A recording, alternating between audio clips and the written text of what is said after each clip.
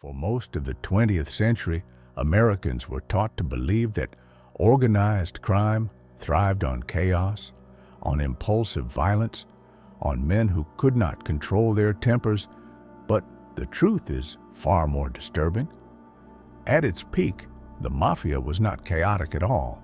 It was disciplined, structured, and deeply strategic. There was a time in this country when murder was not an emotional act, but a scheduled one. When killing was not a crime of passion, but a business decision, approved in private rooms by men who would never pull a trigger themselves. This is not a story about gangsters shooting in the streets. It is a story about how violence was systematized, how fear was managed, and how silence became the most powerful weapon of all. In the early 1930s, New York City was a city under pressure. The Great Depression had stripped millions of dignity, opportunity, and faith in institutions. For immigrant communities in Brooklyn and the Lower East Side, the law often felt distant, selective, and hostile. Into that vacuum stepped organized crime, not presenting itself as lawlessness, but as order. The Mafia offered rules where there were none, protection where the state had failed, and consequences that were swift and absolute. From this environment emerged an organization that would later be known as Murder, Incorporated, though at the time it had no formal name, only a purpose. Its role was to enforce the decisions of the Mafia's leadership with precision, secrecy, and finality. If organized crime was a corporation, Murder Inc. was its enforcement department.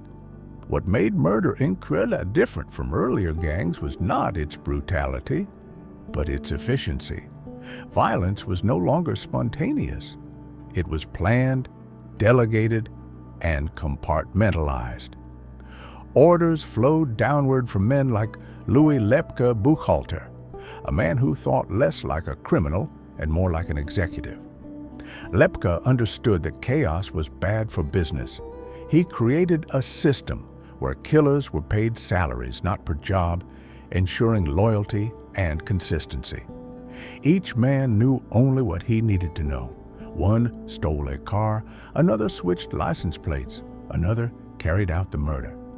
No one saw the full picture, and that ignorance was intentional. Responsibility was divided until it felt abstract, almost invisible. Brooklyn became the operational heart of this machine, producing men who would later become infamous. Abe Kid Twist Relis, Harry Pittsburgh Phil Strauss, Martin Bugsy Goldstein. They were not ideologues. They were products of poverty, resentment, and opportunity. Murder was their trade, and fear was their currency. Sometimes the killings were loud and brutal. Other times, quiet and intimate. An ice pick in a hallway, a shove off a rooftop, a body weighted down and dropped into dark water. The method did not matter. The certainty did. When Murder Inc. was assigned a job, the outcome was inevitable. This system allowed the Mafia's top leadership, men like Lucky Luciano, Meyer Lansky, and Albert Anastasia, to distance themselves from bloodshed while benefiting from its results. Decisions were made in meetings, often through votes. Once a decision was reached, it was no longer personal, it was administrative. Murder became policy, and for a time it worked. The streets were controlled, rivals were eliminated, loyalty was enforced. Fear kept everyone in line. But fear has a weakness. It works only as long as it remains absolute. As law enforcement slowly began to understand the scope of what they were facing, prosecutors realized they could not dismantle this system with arrests alone. They needed something more dangerous than force. They needed information. Men like Burton Turkis understood that the Mafia's greatest strength, silence, could also become its greatest vulnerability. They applied pressure patiently, methodically, waiting for the moment when fear would turn inward. That moment came with Abe Rilles. Faced with overwhelming evidence in the electric chair, Rilles did not choose loyalty. He chose survival. When he began to talk, the consequences were devastating. Names, dates, locations, methods, the entire internal machinery of Murder, Inc. was exposed. Trials followed, convictions mounted. Men who had once believed themselves untouchable were reduced to defendants sitting quietly in courtrooms. The machine that had thrived in secrecy collapsed under the weight of visibility. The Mafia leadership watched this unfold and drew a critical conclusion. Murder, Incorporated, had become a liability. Centralized violence attracted attention, and attention was deadly.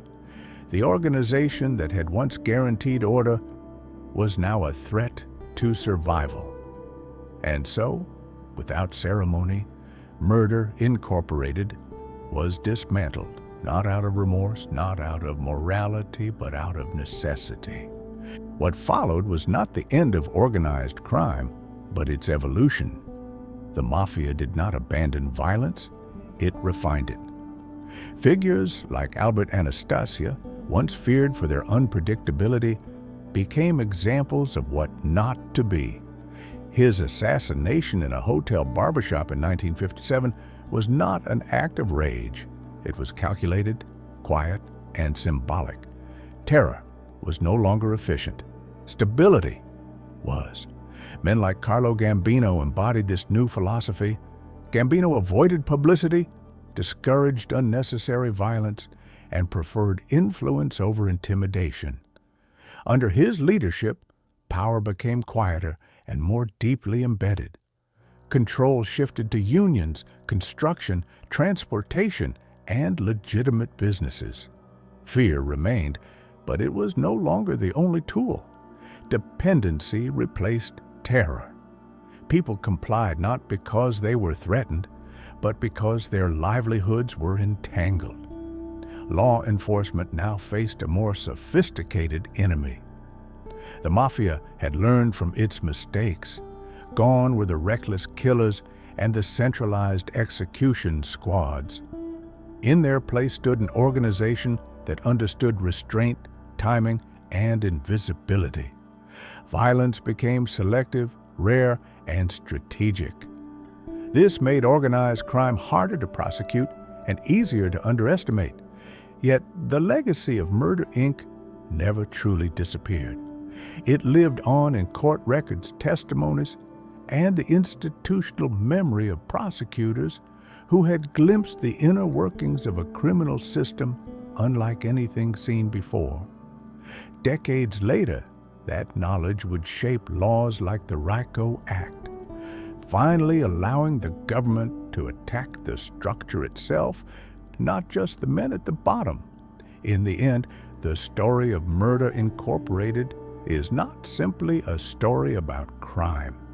It is a story about systems, about how power adapts under pressure, about how silence can be more effective than violence, and how fear, once exposed, loses its grip. The Mafia did not survive because it was ruthless. It survived because it learned when ruthlessness was no longer useful.